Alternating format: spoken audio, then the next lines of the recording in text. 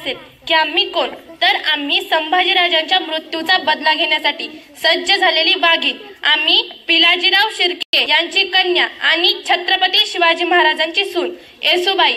जेव्हा औरंगजेबाने संभाजीराजांना पकडलं होतं ना, तेव्हा त्यांचे सैनिक येऊन आम्हास म्हणाले की संभाजीराजे तुम्हाला कुठेच केव्हाच आणि कधीच दिसणार नाही।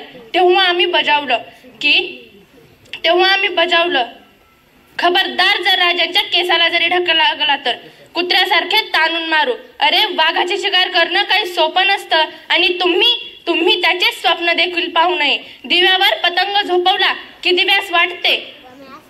पतंगास वाटते दिवा भिजला, परंतु दिवा भिजत नाही तर पतंगाला जाळून राख करतो।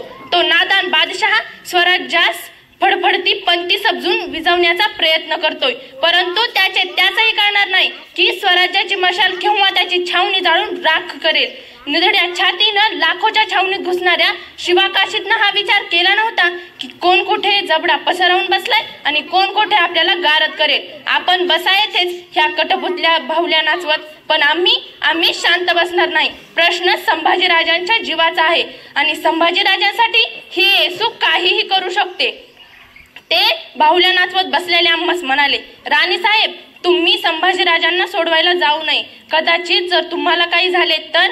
तेव्हा आम्ही त्यांना सांगितलं, आम्ही काही मूषकांच्या घरी जन्माला आलो नाही, आम्ही वाघाच्या घरी जन्माला आलोय आणि सिंहाची सहचारिणी म्हणून जगणार आहोत।